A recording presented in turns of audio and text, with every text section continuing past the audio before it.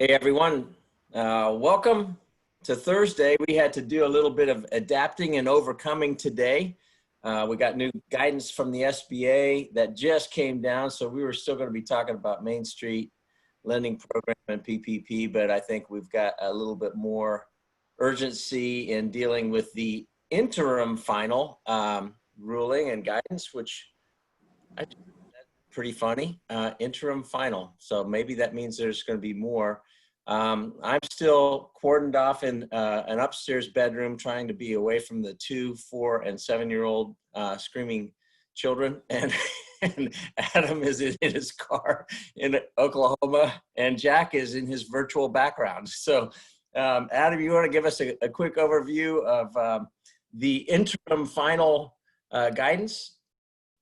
Yeah, we're doing an episode of CPAs in cars while drinking coffee, and I wanted to show this to everybody just so they could get a sense of, if you've never been to Oklahoma and really want to know what an abandoned rural town looks like, and also want a little bit of Adam history.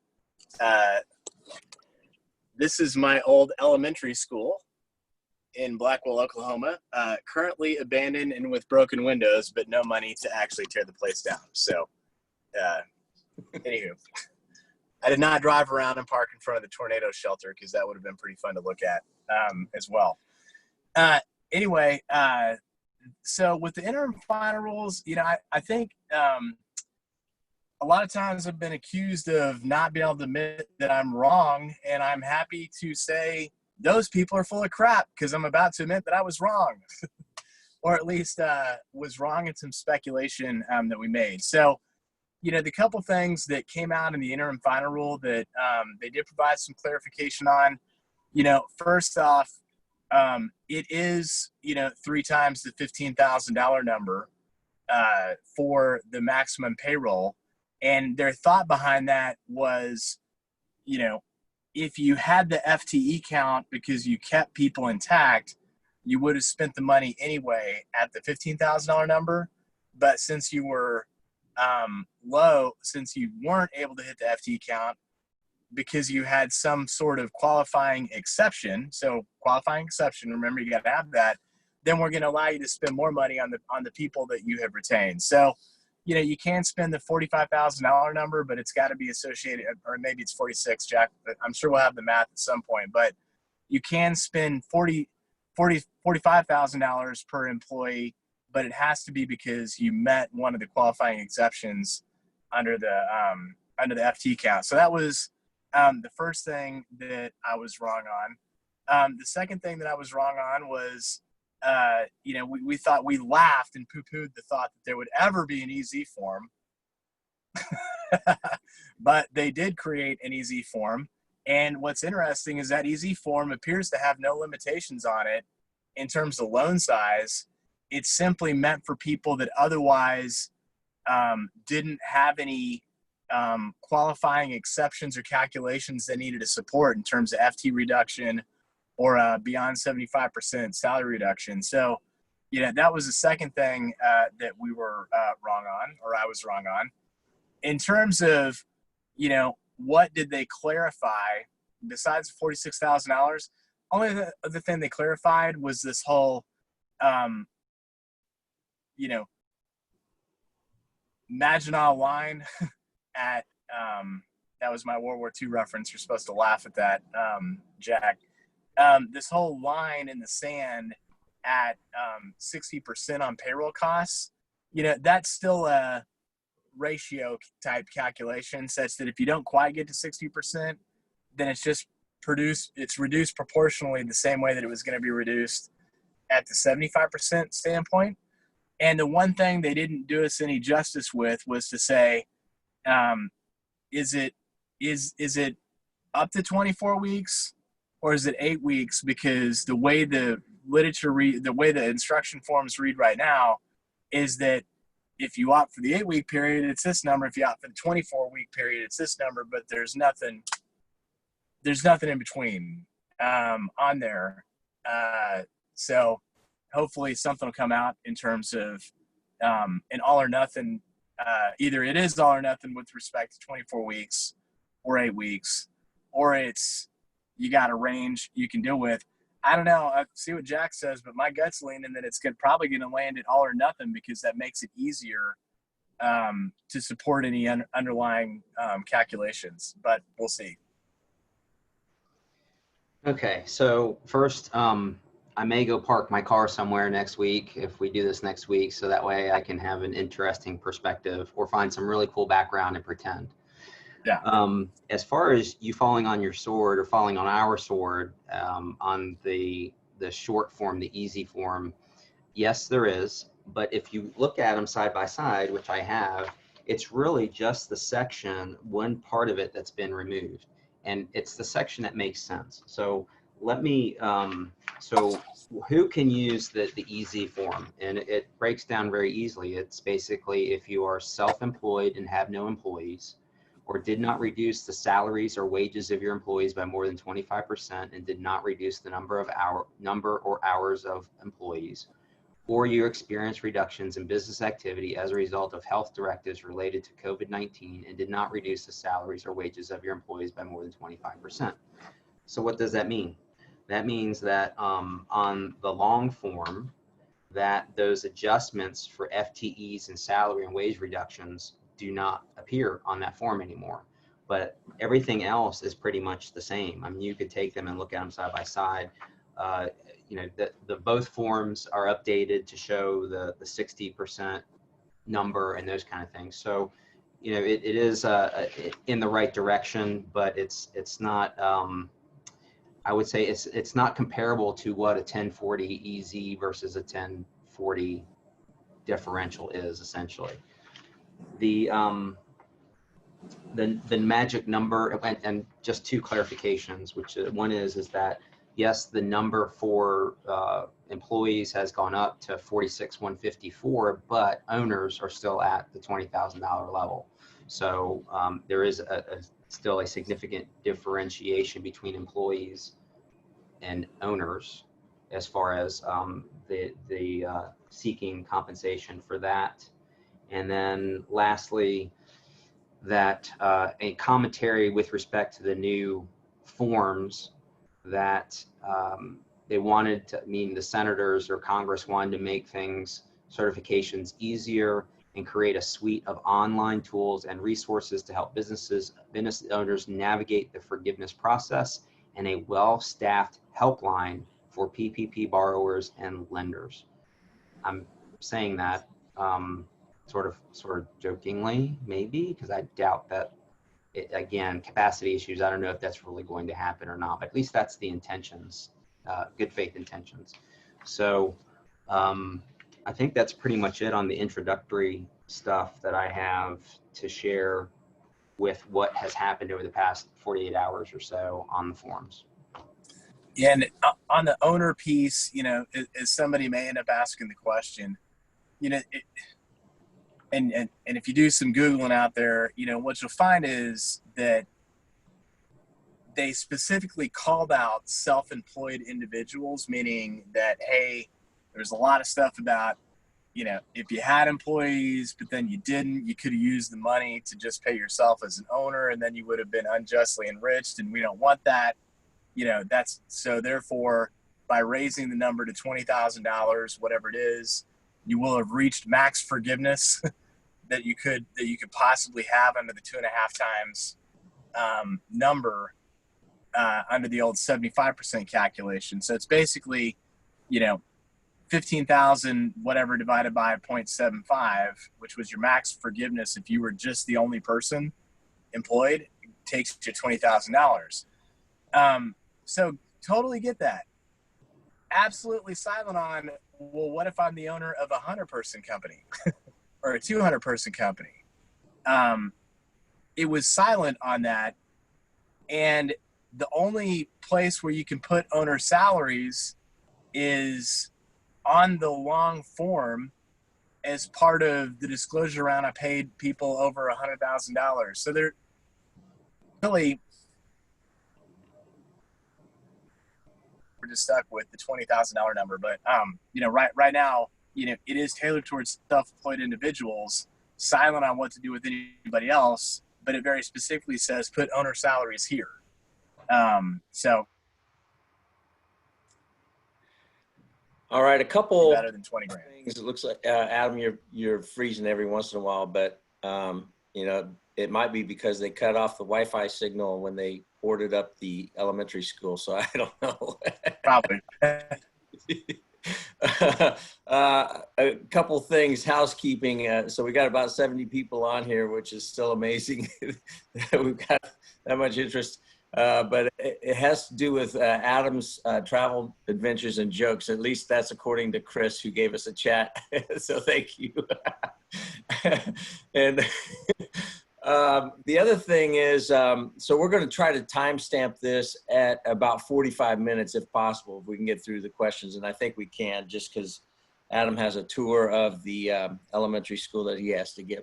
Also, Joe, yeah, that school never had Wi-Fi. No, that's not true. Oklahoma is way in advance of that. So just look it up on Wikipedia. Couple other things. One thing before we get into the questions, this is a comment, and this is to redeem you and make you feel better about yourself, Adam, because you were right on this thing. So this is from Bob, and he said, this is advice from our bank when I asked if anybody had applied for forgiveness. It matches exactly what you guys continued to say. So attaboy, here we go. We've not had anyone apply yet. We will technically be open to take applications next week, I believe, but candidly, somebody's trying to call me, Pam. I'm advising my clients to wait until mid-July and let some of the kinks be worked out of the system. We'll likely learn a lot in the first few weeks on how best to go about the process and become more efficient. I certainly will keep you in the loop on progress on that front as we move through the first wave. So you should feel better about yourselves. Again, anybody using use the Q&A to get your questions, and you can hit the chat to harass us. All right, first up on the questions. Now that the time to spend funds has been extended from 8 weeks to 24 weeks, what is the test to prove that we have restored FTE count if we reduce the FTE count after the funds are spent?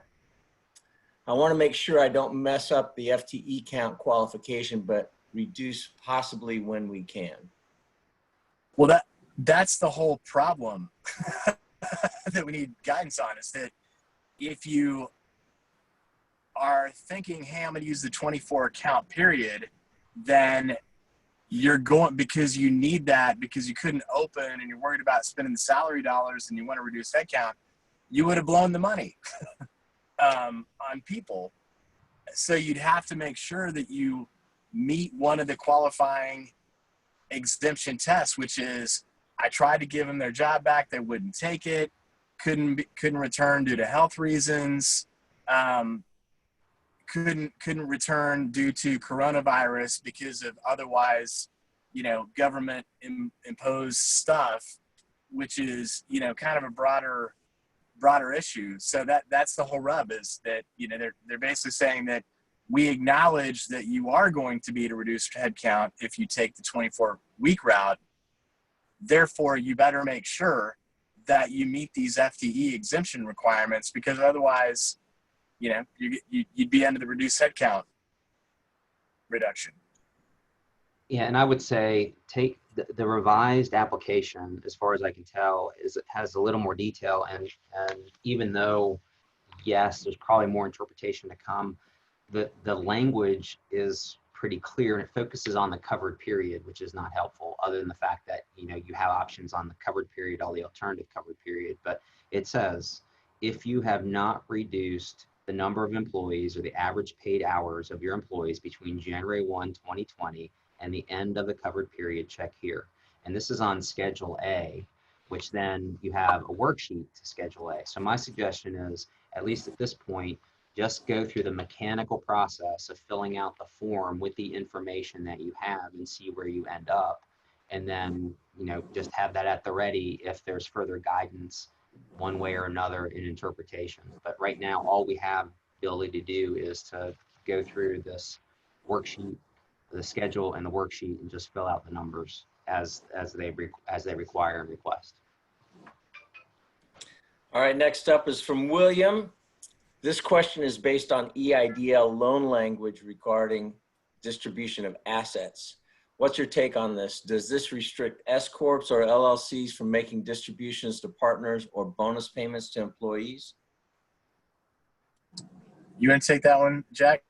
Yeah, and I think that goes back to, proper purpose. And so I haven't seen anything that is specific to making distributions per se, but it is, when you start talking about distribution of assets in particular, it may make a difference. So, we've been talking about the fact that it is, don't all of a sudden create a bonus pool or significant bonus, or do something that is out of line. So if it is typical for an owner to receive a second quarter distribution, then at an appropriate level, then that's fine. But I know of some companies that are struggling with, they have a formulaic approach, and they have some form of guaranteed payments based on certain assumptions. At the end of the year, there's a true up for owners. And so you need to be careful with those ratios as well, with respect to distribution of funds that are basically subsidized. So there's no particular guidance that I'm aware of on that, other than generally just be careful what you do that is outside the ordinary course of your business, which is in many aspects extraordinary, because of the circumstances of being shut down, being, bringing in less revenue, not having workers, and all those other factors.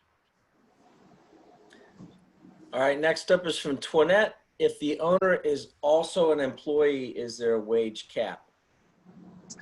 Yeah, I mean, that's where, pending for the guidance, we think under the 24-week period, it's going to be, I think, is it $20,500, something like that, in that range, Jack? Yes. Yeah, it's 28,33. That's S-Corp share. Oh, S-Corp shareholders are capped at 20,833. Right. Okay, next one is up. Can you talk more about the 3 times $15,000 cap? If we applied early with the 8-week, not 24-week, how does it affect our calculation? Well, again, for the purpose of, again, Do we lose Adam? Yeah, you froze up. reading this is, what's that? You froze up. We heard for the purpose of, and then you froze. Well, that was intentional. I'm just kidding. Next question. Yeah, next question. Now, there appears to be, 2 things that the date, your loan date applies towards. One is the repayment terms, either 2 years or 5 years. If it was after June 4th, I think, then you're automatically on the 5 years. Before then, it's up to your bank to determine. The second place that it appears to have relevance is that prior to June 4th, you could either be 8 weeks or 24 weeks. Post June 4th, because you don't have an 8 weeks before June 30th, you are 24 weeks.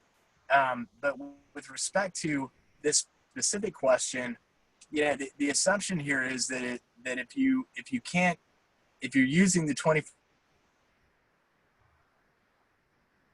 you will have a reduced FTE count by default to get to that number.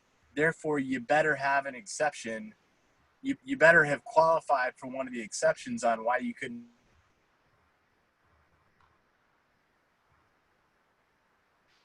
All right, and I'm going to fill in a few of those blanks potentially, and understand that we are kind of academically being lazy in a sense that we're saying 15 times 3. The actual calculation is 24 weeks by 52 to create a ratio of the $100,000. So that's why we get to, the 46,154, because the other ratio was 8 divided by 52. So it's a factor increased by 3. So that's why we're saying it that way. But understand that that's the genesis of the number is still the 100K number, just using a different ratio to get to what is the cap for employees depending on the time period. All right, Next up is from David. He says, I've been saying that nothing in the law prevents you from spending the PPP on legitimate business expense or not spending it at all. However, I've recently read that, oh, I think we covered this one actually, but spending it on non-qualified expenses could constitute fraud. How do you believe that there's any basis for fraud charges on how a company spends the money? Yeah, we covered that on Tuesday. Any things that have changed on that? Jack, you kind of weighed in on that last time. Yeah, not. I mean, I can kind of give you the quick Cliff Notes version of that, which is that, you know, the fraud issue. You go back to, did you have a proper purpose and legitimate intent when you did your calculations to apply for the loan, when you receive the loan, and when you're asking for forgiveness? And so, you know, as far as non-qualified expenses, that's a very broad question in the sense that, you know, if being qualified, are you talking about qualification of the use of the money or for forgiveness? And so there's obviously two different concepts that need to be considered. And you know, one thing we did talk about previously was what happens for those early applicants that receive money that had independent contractor numbers in their FTE count and got the money, and what do they do with it now? And so, you know, there is, I think, an opportunity to correct that issue because of the fact that independent contractors are not supposed to be included. So, you know, if the question is more of, as we talked about the other day, well, you know, I did what I was supposed to do back then, I got the money, but now it's not technically a qualified expense because I can't give that money to the independent contractors, then that is probably problematic. But you know, the good faith intentions, I think, will go a long way. They're looking for the really big offenders, essentially. For a number of reasons. First is that, okay, de minimis, they're not going to spend the resources chasing after that. That's not to say that, you know, and what I just said is not going to help a guilty conscience if you know you did something you weren't supposed to. So, you know, just stay within the rules and apply them at those three different places and then see where you end up. And there may be further guidance with respect to, I mean, it could be the case, since we are admitting that we were wrong in some instances, that they may say, it's okay if you we're going to allow you to keep that money and we're going to create a qualified or a proper purpose for use of that money, that you could use it in the 40%, even though the amount of, you know, imagine the fact that you receive money based on maybe a potential bad count. You included independent contractors, so you receive more money than you may otherwise have been entitled to. What do you do with this money? They may say, okay, even though you shouldn't have had it in the first place, now you have it, we're going to allow you to use it either in the 60% or the 40%. So it's a long-winded way of saying you may have an ability to use those funds, even though if they were not qualified by whatever definition you're using in that question.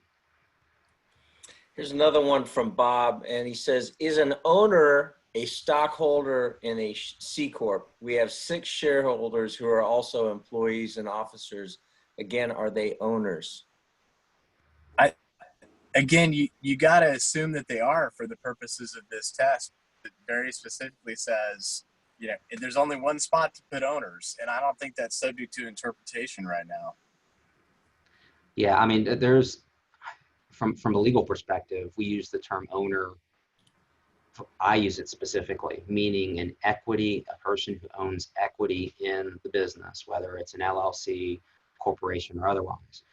But I do know that people use the term owner loosely, where it's someone who is maybe the figurehead or an employee, and maybe people believe that person is an owner, and they may even represent themselves out as an owner. So, you know, it is, again, to Adam's point, an assumption that when you say the word owner, we're talking about an equity owner in the business, and potentially in an S Corp, if it was set up a certain way, also an employee of that S corporation.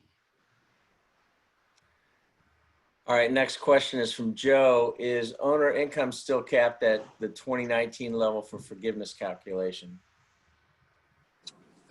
Could you repeat that one more time, Gary? Is the owner income still capped at the 2019 level for the forgiveness calculation? Yeah, that didn't change. Okay, is there an established deadline for submitting a Main Street lending program application? I am not aware I thought of it was at a the end of, deadline. Go ahead, Adam. Sorry. I thought it might have been the end of the calendar year, but I'm not aware. Yeah, I'm not sure that that has been put in solid black writing because it's you know the program is just essentially opening at this point. So yeah, I'm not aware of anything like that. All right, this is a story problem, so pay attention. A CPA not named Adam mentioned that since the loan forgiveness calculation is based on what is spent and not on the loan amount loaned, there is less impact from lower FTEs using the 24-week period versus 8 weeks, since obviously more money is spent over 24 weeks. That does seem right, since the SBA really cares about that all proceeds are spent and that it's spent on qualified expenses. Your thoughts? That other person's stupid. I'm just kidding. It's kind of one of those. Well, it didn't matter if it was 8 weeks or it was 24 weeks, because if you had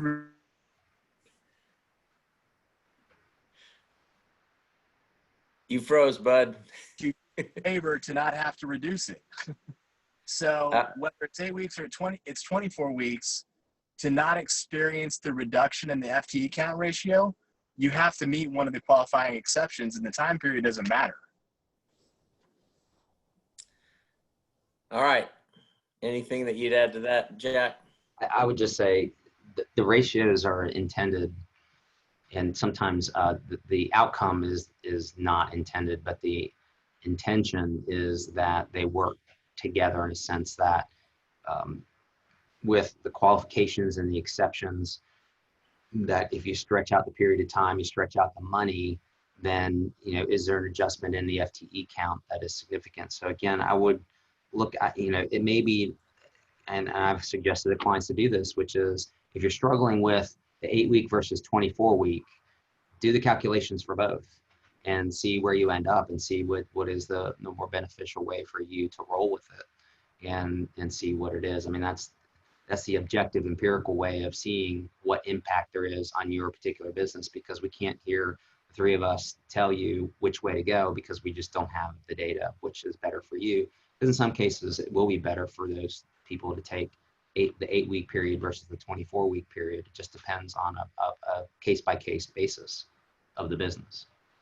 Yeah, I mean, my gut's telling me, without playing with any numbers, is that if you went, you know, if you think you're going to have a massive reduction in the future and you're already pretty close to having deployed the money and you think you're going to have the FTE count, you probably got to do the 8 weeks. But if you think that you're going to be on the ramp up phase, or you're going to meet one of the qualifying exceptions, but you haven't spent the money yet, you need 24 weeks, you're probably better at 24 weeks. But either way, you still have to meet the FTE count test or meet an exception, and the time period doesn't matter.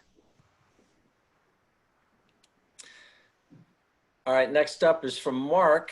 Any feedback on PPP loans over 2 million going into an audit queue? Who will be reviewing these and potential timeline delays? So I would say that I have not heard any feedback as to, or any process as to what that is. I think common sense would dictate that the higher numbers, I think it's the higher dollar amount loans will probably get into the queue first. But I also think that there has to be, in order to process that many loans, some automation process. And so it's kind of one of those things that, you know, are you going to get tagged for an audit on your personal income tax? Well, there's kind of essentially two ways to do it. That you have somehow created a red flag that comes up in their system, or it's random. And so I would imagine that they would probably implement the same type of process, but I think they're going to start with the larger loans. But again, that's a Jack theory. I've not heard anything that is actually the case. All right, next up is from Scott. Does the SBA PPP Easy Loan Forgiveness application apply to nonprofits as well as for-profits? I think so. I think it does. Scott, I don't actually know. I mean, there's been no differentiation that this only applies to certain to profit, not for-profit or nonprofits.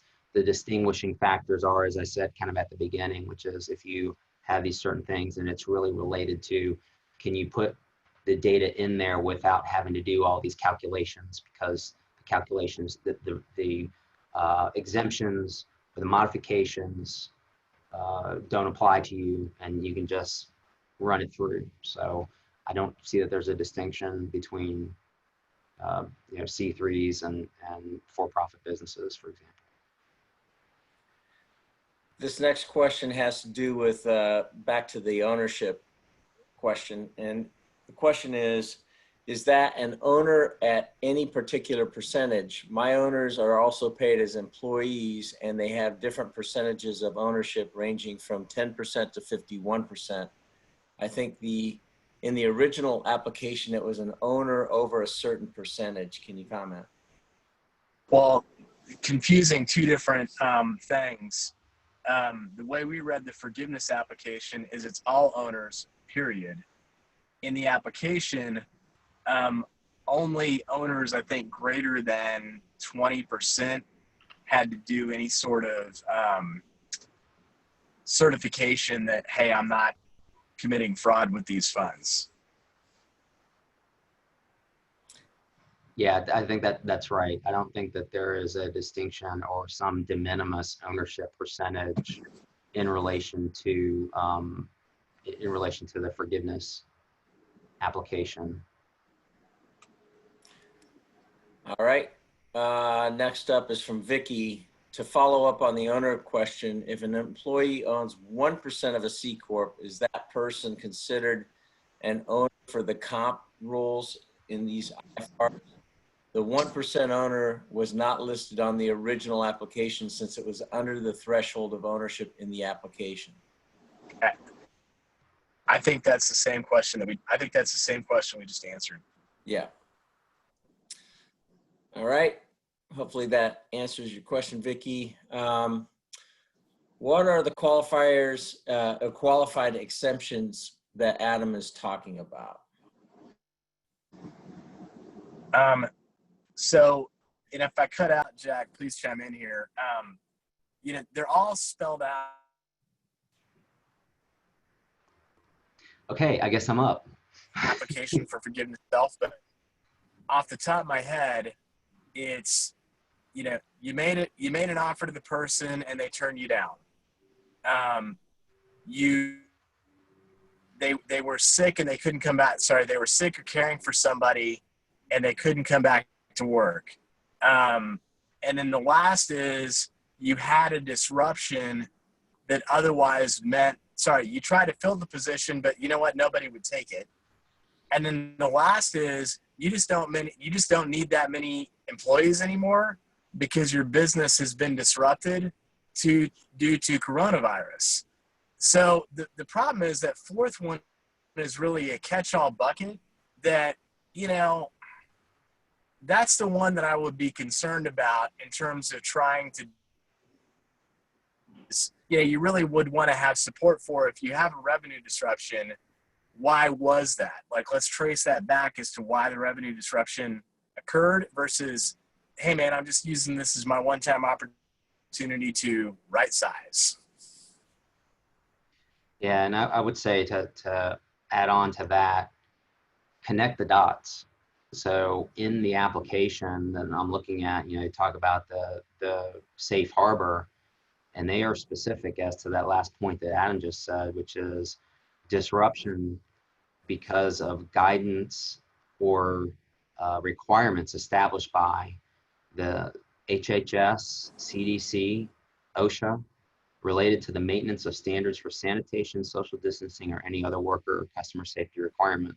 So you need to know and understand what is the basis of this is what I had to do, and this is why I wasn't able to do it, or this is why the workers didn't come. And then what is the result of that? The workers didn't come back. They didn't feel safe, or I didn't feel safe having them come back. I mean, that's a very general overview of it. But again, the point is to connect the dots between the standard and your compliance or reasons for non-compliance, and then the result of that, which is you had 3 employees that didn't or could not come back.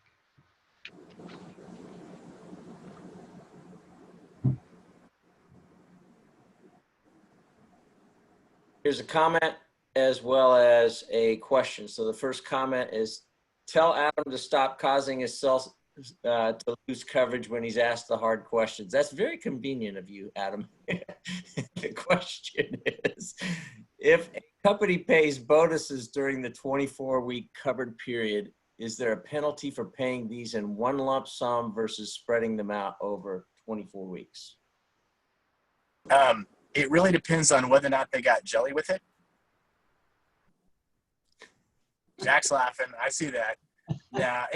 It basically, all you're reporting is a gross amount. So it doesn't matter if it was one or if it was several, the way the application currently is. The only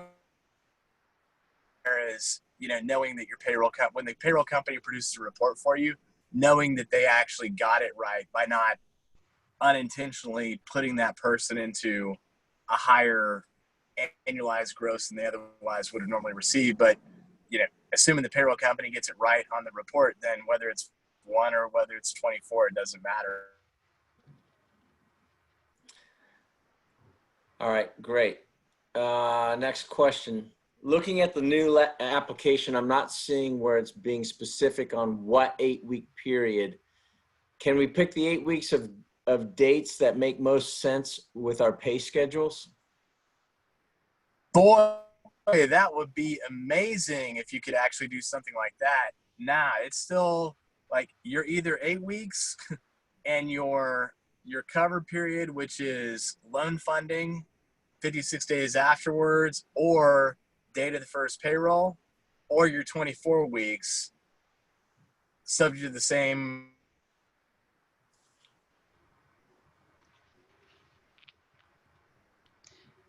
Okay, The guidance. It's either 8 under the old guidelines or it's 24. Yeah, and I would say that on the application, you have to fill in the covered period or the alternative payroll covered period. And then in the rest of the form, in some cases, it talks about the covered period. And I think it is talking about both, unless it specifically says covered period or alternative covered period in the language of the form and the schedule and the worksheet. All right, to follow on with this is from Robert. What's the date of the FTE test for safe harbor on the 24-week period structure? Is it 24 weeks after the loan date, or is it 12/31/2020? I think it's 24 weeks. You may have that since you have the form up in front of you. Yeah, I mean, it is from the loan date, from the receipt of funds, essentially. The December 31st deadline is for other purposes that were extended. And I also want to reiterate that as we stand here on June 18th, that the deadline for applying for funds, to the extent that there are anybody on this call or anybody that has not applied yet, it's still June 30th. So it's go time if you haven't already done it. Last question up here, at least so far, is from Megan. If we choose to go the 8-week route, do we still have to apply for forgiveness within 60 days, or was that extended through 12/31/2020? You gonna take that one, Jack? Yeah, I mean, that's a good question. Now that I hear that, I think it was, let's see, the 8-week route. What I don't know, admittedly, is if you stay with the 8 weeks, are you still stuck with the 60 days, or do you get to later on? I think that, but I will find out the question. I don't want to speculate on that and say it incorrectly, but good question. What I don't know is that, has that been extended because of the 24 weeks under the new, under the revised guidelines? So I will check that. So here's my suggestion on that, Megan. Tune back in on Tuesday at 11 a.m. next week, and we'll get into that. And if for some reason you can't be on that, just send me an email or send it to faq@trustbgw.com, and you'll get that answered. But you can send that email to me as well, gfrey@trustbgw.com. Next question up is from David. Discuss sole proprietorship. If they take 24 weeks, are we assuming that they will get blanket forgiveness? Well, I mean, it's the full form reads that we're giving you that $20,833 over 24 weeks forgiveness amount. So that's the theory, at least. Anything that you'd add to that, Jack? No, I would say the same thing. I mean, it's following the forms and doing the math, and in a lot of cases, seeing where you end up in the math. All right, next question is, if I spent the max amount within 8 weeks, but can't go back to the same FTE level, should I wait and consider the 24-week option to see if I can rehire the same FTE level? Well, I mean, again, you got to criteria. I don't know why you wouldn't just go for the forgiveness now, because even at the 24-week period, you're still subject to the FTE count requirements and still subject to the same qualification on the exceptions. Yeah, again, sound like a broken record, but it's math. And so if you, let's say that you use the 8-week period and there is a significant impact by not getting up to the FTE level and you submit it, is that number, that forgiveness number, better than potentially the opportunity to increase to a certain level over the 24 weeks? And the thing is that you have your averages are reset. So you really, do it on a spreadsheet, figure out the math and see what's better, because there's just really no way for us to say yes or no, not knowing the actual circumstances of how the math plays out 8 weeks versus potentially 24 weeks. All right, this is from Vicky. I got to the call late, so sorry if this was asked before, but I'm being told that if we go the 24-week option, we just can't send in 12 weeks of expenses. 12 weeks would put us way over our forgiveness amount, so we could cut them off. I'm being told that we need to go the whole 24 weeks and wait till the end of that 24-week period before we apply. They also said we need to submit 24 weeks of expenses, not 12. Your thoughts? I mean, right now it is reading as if it's either 8 or 24, not some range in between. Because if you went the route of, I spent a bunch of money, it took me 12 weeks, not 8 weeks to spend it, and now I'm going to use this as an opportunity to do a massive headcount reduction and to getting back to the FTE count, or you have to have a qualifying exception. And that doesn't matter if it's 8 weeks or it's 24 weeks. All right, hopefully that has answered your question, Vicky. If not, you know where to reach me. And it looks like final question. We're at 11:44. Anybody that was on the front end of this call, we're going to try to cap it at about 45 minutes today, given some of Adam's schedules. But for anybody that missed the front end of this, we'll put it up on the BGW YouTube site. Again, BGW CPA YouTube site later on this afternoon. But this is from Robert. If you select the 24-week period, do you have to wait until that 24 weeks ends before you apply for forgiveness? It kind of looks like it if you follow the logic behind the 8-week period.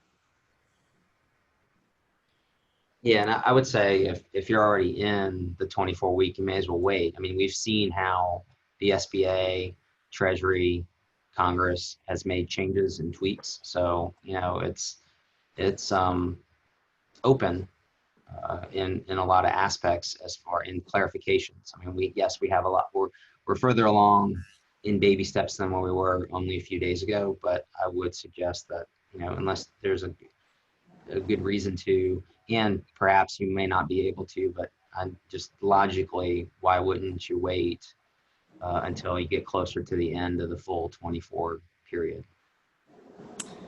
After all, they called it the interim final, so they didn't call it the final or final. So we'll stay tuned. There will be more guidance, I'm sure, which will probably make us continue these webinars even further. So the last one is from Toinette. Does the exception allow you to extend past the 8-week period if you receive the loan in the beginning of May? We technically have one last payment left due next week. Let me see. I'm going to make up an example off the fly, and hopefully Jack is going to keep me honest on this. Okay, so I got the money, and I got the money early on. Let's assume that I'm a restaurant, or I mean, I think Twinets might be a salon as an example, but restaurant salons are kind of in the same boat. Actually, even better, let's use a gym, because in North Carolina, gyms can still not open. So I got the money. I'm the only employee because I'm the owner. I let everybody else go. I'm a gym. Nothing I can do. Maybe I can have some outdoor training classes. Maybe I can. But otherwise, I still cannot generate revenue. I probably will not be able to generate revenue until July, sometime when the gyms open back up. But my clock's about to expire. I haven't spent any money.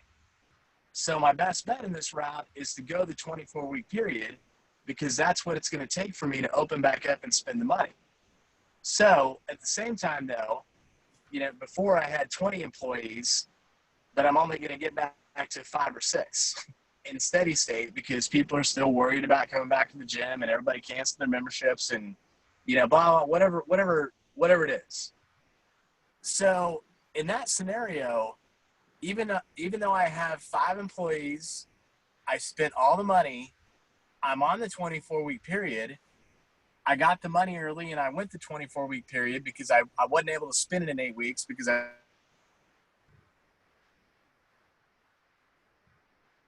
20. That's the exception that I'm talking about.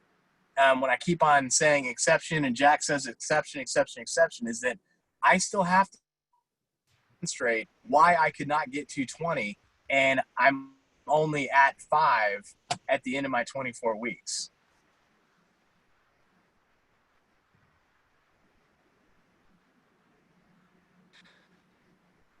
So hopefully that helps. Twana did say that, one of the issues that they've experienced is they've got a person that tested positive with COVID-19.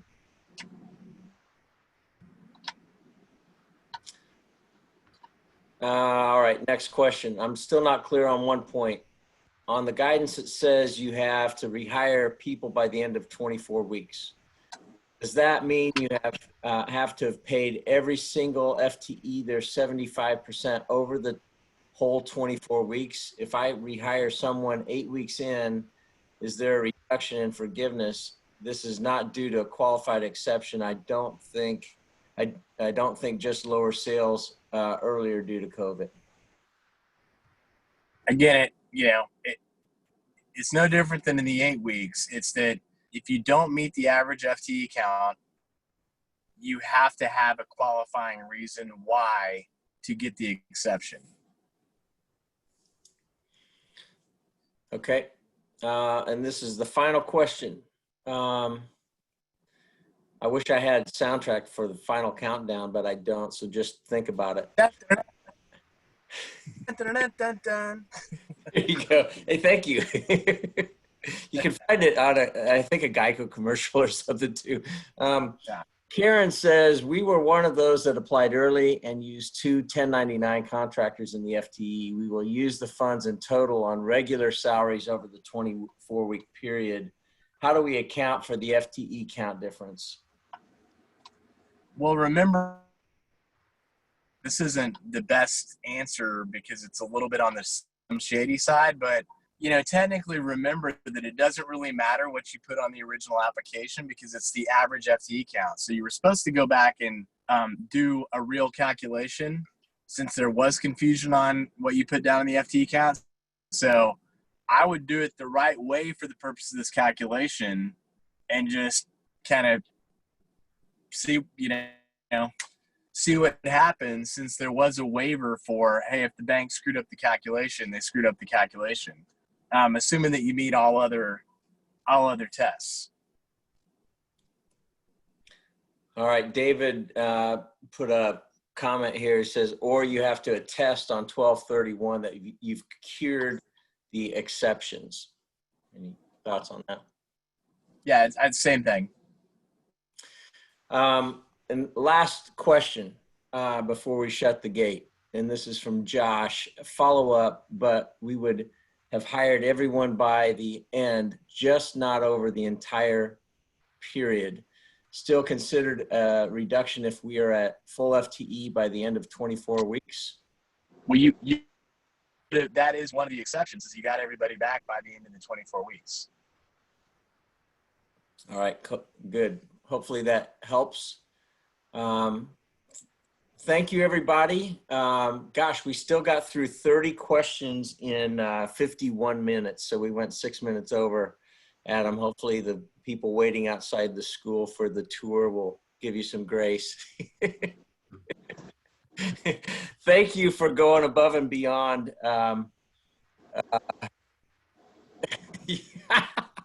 Yeah, Richard says, was that the interim final question? Yes, it was. So, yeah, we still had 75 people on here and we got through 30 some questions. So thank you. Really do appreciate you. And even with semi crappy cell coverage in Oklahoma, but I appreciate you doing that. Even while you're dealing with kind of a family situation there. So thank you, Adam. And thank you, Jack, for continuing on. Appreciate having you on here tremendously. Let me see if there's any other final thing here. We did have some thank yous.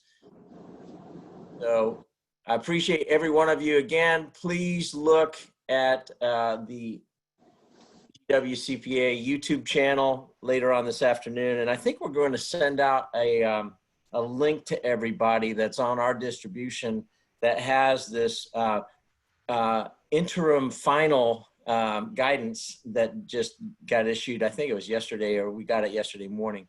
So, and we'll have a link to this broadcast as well. So thank you. Hope you guys have a great rest of the week. Stay safe out there, and we appreciate you. Have a great one. Thank you. Thank you.